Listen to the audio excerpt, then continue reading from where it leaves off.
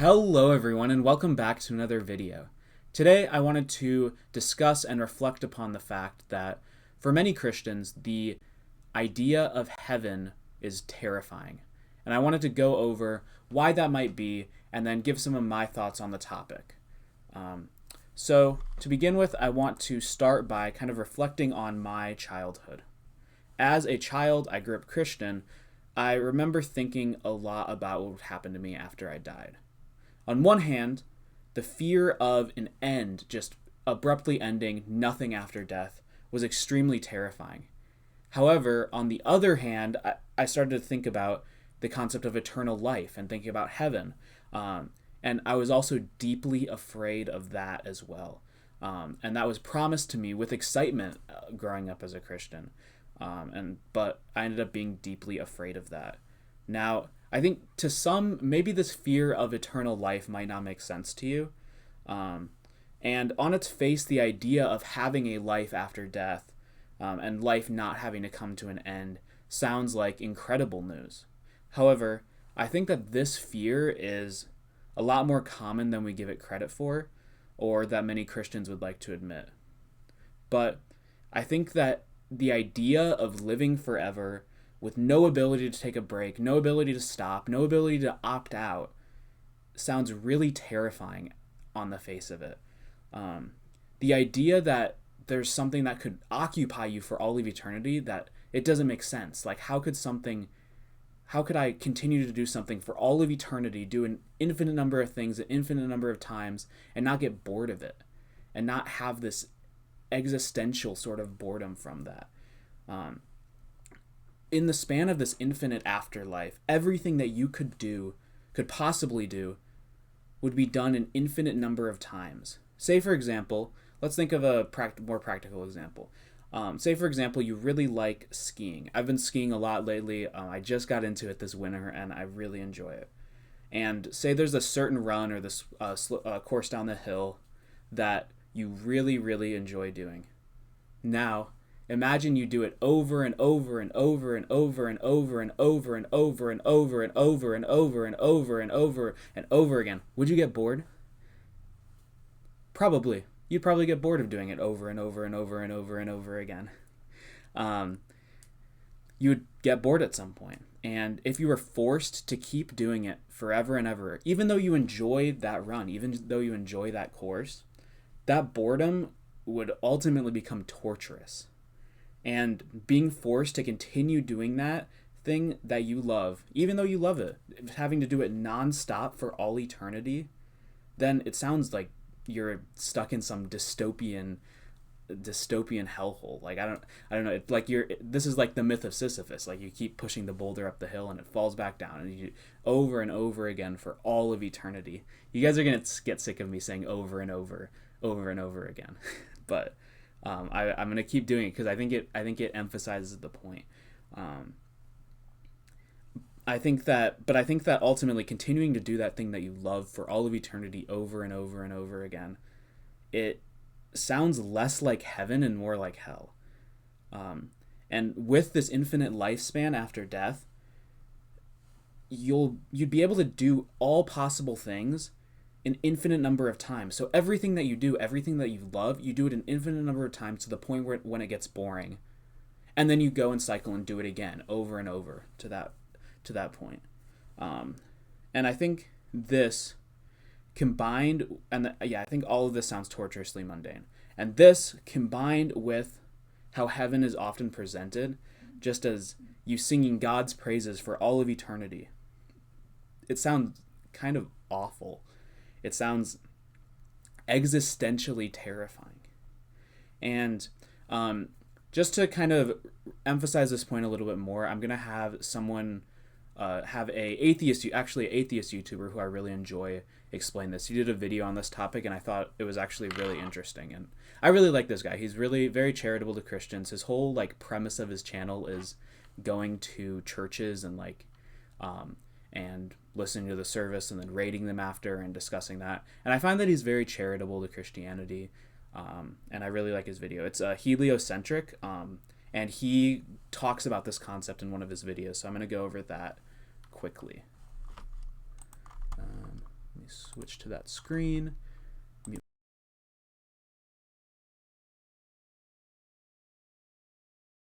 A lot of Christians are terrified of heaven. And it's terrifying to a lot of Christians because the way the Bible describes heaven is in very underwhelming terms, at least in the way that they interpret it. So the way that heaven is normally discussed by pastors is normally something like, and it's going to be amazing. We're going to get there and we're going to be singing and there's going to be angels and it's just going to go on forever and ever and ever and ever. And the pastor, has all the best intentions, but invariably it comes across as a little creepy. And then invariably the youth pastor has to make a joke about how, it's going to be like a Taylor Swift concert, except step aside, Swifties, because it's going to be angels. And if I had to guess, I would place this as one of the biggest reasons for why people start to doubt the faith. It isn't just that heaven is talked about in really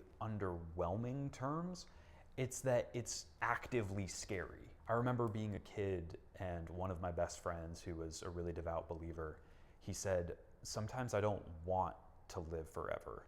The thought of existing in eternality and not being able to turn it off is terrifying. And I was really sympathetic to his fear. I think a lot of people fear that, especially if you think that living forever means just constantly singing, right? Like that's just creepy.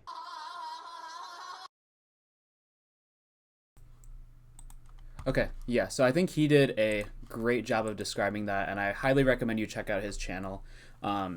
He also goes on in that video to give kind of his own explanation of how Christians can think about this fear and like give his own like how he used to do apologetics for this. So he'll give that perspective. If you want to go watch his channel, go ahead, but please stick around and watch this one. I know he's more charismatic and more interesting than me. It's okay. Please stick around for me. I promise I'll try to be more interesting. I swear.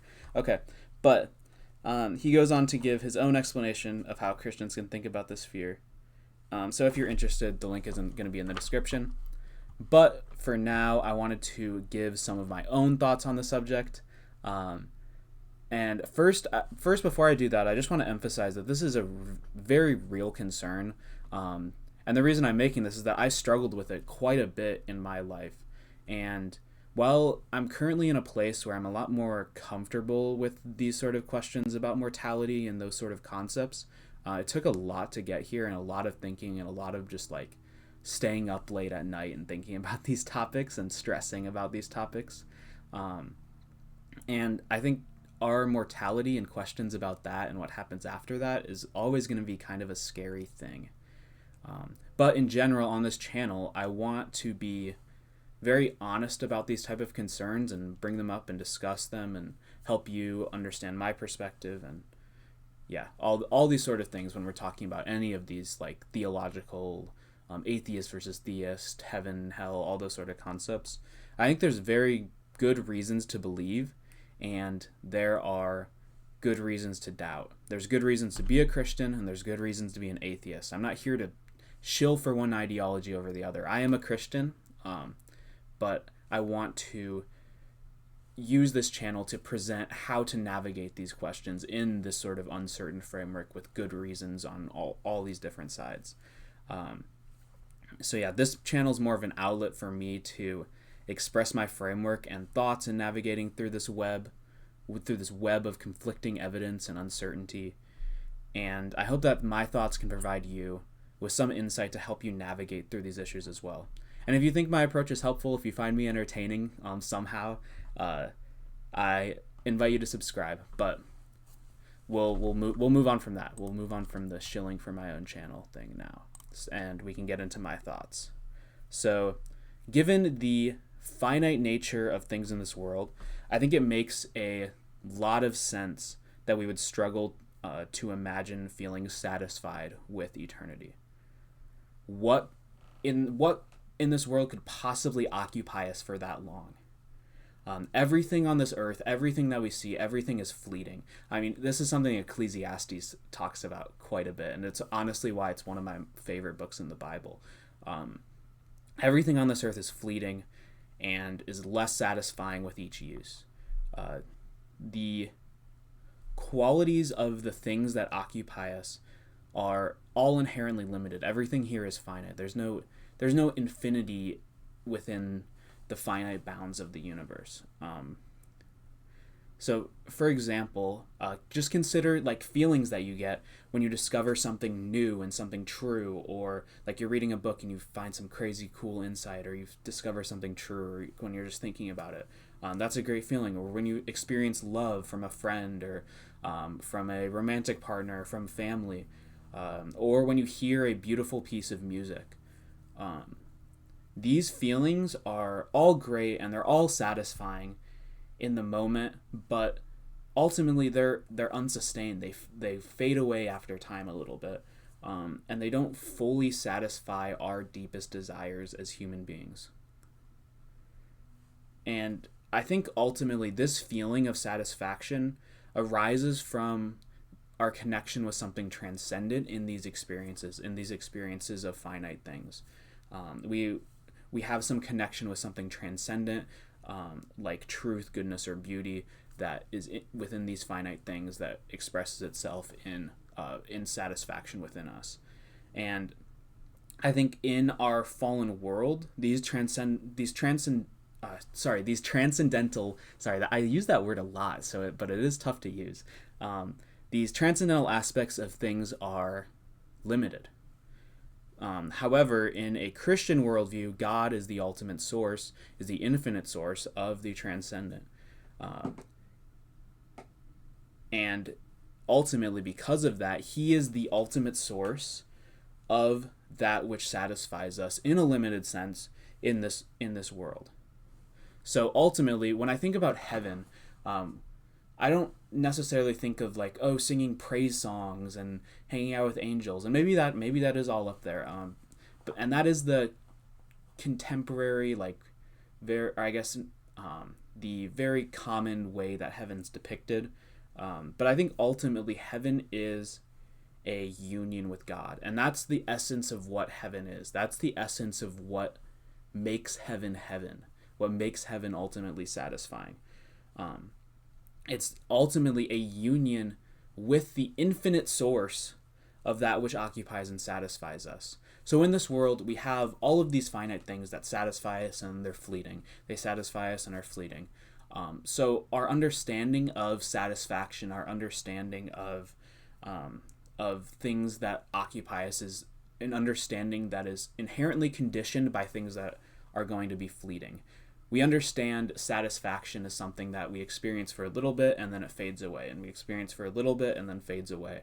So the idea of having that happen with everything and having that happen over and over and over again, everything ultimately would have its satisfaction and then fade away. And then once everything fades away, there's nothing left. We're in this mundane state of boredom with nothing satisfying us.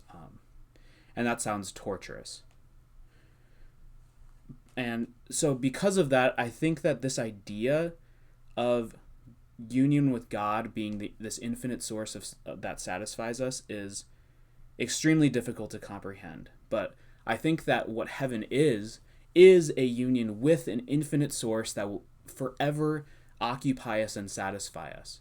So while we have all these finite, fleeting things in this world that we're comparing it with, what ultimately heaven is union with the infinite source. So eternal life, we will always be satisfied throughout all of that eternal life because of that connection and union with God. And I think that's very difficult for us to comprehend. So when we're thinking about the afterlife, that's not something that we can fully wrap our heads around.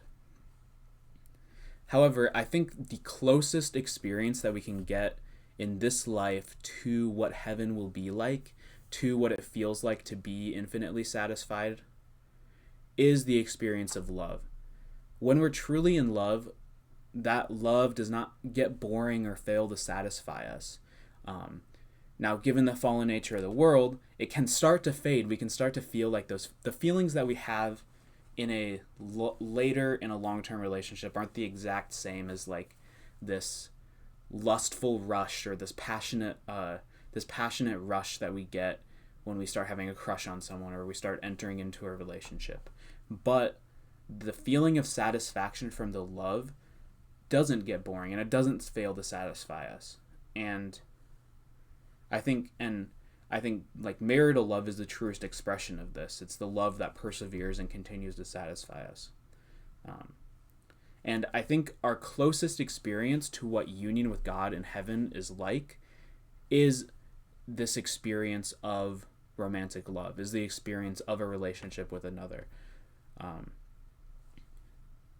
I think ultimately what heaven is this constant experience of relational love with the infinite source of ultimate satisfaction.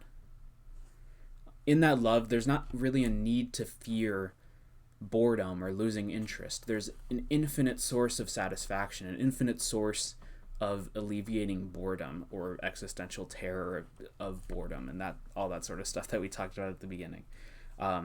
It's a relationship that continues to satisfy and grow throughout all of eternity. On the other hand, and I think this is a crucial point in understanding the distinction between heaven and hell, I think that hell actually does suffer from this problem that we discussed before of torturous boredom. Hell ultimately comes from our rejection of God. We reject God, so because of that, hell is the absence of God. So since we turn away from God's love and enter eternity when we reject God's love and go to hell, we turn away from God's love and we enter eternity without this infinite source of satisfaction. So this brings us to that problem we were discussing before. There is no infinite source to pair with the infinite life. So we will experience this mundane boredom and this mundane terror. When I think about hell, the closest thing that I can imagine to what hell would be like is being forced to sit in this blank white box or this blank white room for all of eternity with no exit, no source of satisfaction. Now, ultimately, this isn't even hell yet, because you see the white of the box, and that could be a source of satisfaction. You see the beauty of the color or something, or like the beauty of the shape of the square or the cube or whatever. So ultimately, you can't even conceive of what that ultimate punishment would be like. But but that's kind of how I imagine it. You're alone with nothing to do for all of eternity. That's how I ultimately imagine hell. It's a absence of God in that sense, and it sounds torture. It's an absence of God. It's an absence of the source of the transcendental things that occupy us. And I think that sounds torturous, and it sounds existentially terrifying. And while this is how I think about heaven and hell, I think the truth is that we really have no idea. We can't really conceptualize an infinite source of satisfaction or an infinite source of something that occupies us. So we can't fully conceptualize what exactly heaven will look like. We have hints of that throughout the Bible, but we can't fully comprehend. And I think, however, on the other hand, I think that popular depictions of these places of heaven and hell, like the idea of us just singing praise songs with angels around us and harps and all that sort of stuff, that's what heaven's like, and hell is like this burning fire pit with this little man with horns and a tail is yelling at us, and I don't know. I think those descriptions of these places are not very helpful. I think ultimately the way that heaven is described, it often fails to capture that full sense of satisfaction, that full, infinite, eternal source of satisfaction that ultimately comes with a relationship with God. And the depictions of it as in this very like finite sense of you're just going to do all the things that you love over and over, or like you're going to be singing praise songs with the angels and all that sort of stuff. They almost make heaven sound more like hell, which is really sad, because that's not the reality of what it's going to be like. We're not really able to comprehend what heaven will be like, but we should have trust in the fact that there is nothing to fear, that it is promised to be eternal bliss and eternal salvation and all that sort of stuff. But yeah, so those are all of my thoughts for this particular video, and I hope you learned something, or I hope you found something interesting in this video. Feel free to leave a comment below. I'm going to open up the discussion to the comment section now. If you like the video, go down, click the like button. If you want to be notified of more content, I post every Monday. And I've been doing it for a couple months now, so I'm actually very proud of myself that I've been posting this consistently. So you should go reward me with more than just whatever self feelings of superiority I get to feel because I can post every week. Go reward me with the subscribe button. Go hit that subscribe button, ding the notification bell, and then all this stuff will pop up in your feed, and you'll get to watch me every week, which will be great for you, I think. And then I also have the Patreon down below. If you really, really like the content, you can go down there, click that link, go support. I would really appreciate that. Additionally, there's a Discord community. I am very inactive on Discord, but it would be cool to start building a community that I could go and respond to every once in a while. I'll open Discord maybe like every week right now because it's pretty empty, but it'd be cool to have like a community building there, and then I can go chat with you guys in voice chats or stuff like that. But I don't know. Do what you want to do. If you enjoy this content and want to build a community, that'd be great. But either way, it's fine. But yeah, I think that's all I have to say for today. About 21 minutes and 38 seconds. What a great video. Okay, thank you all for watching, and I hope to see you all in the next video. Peace.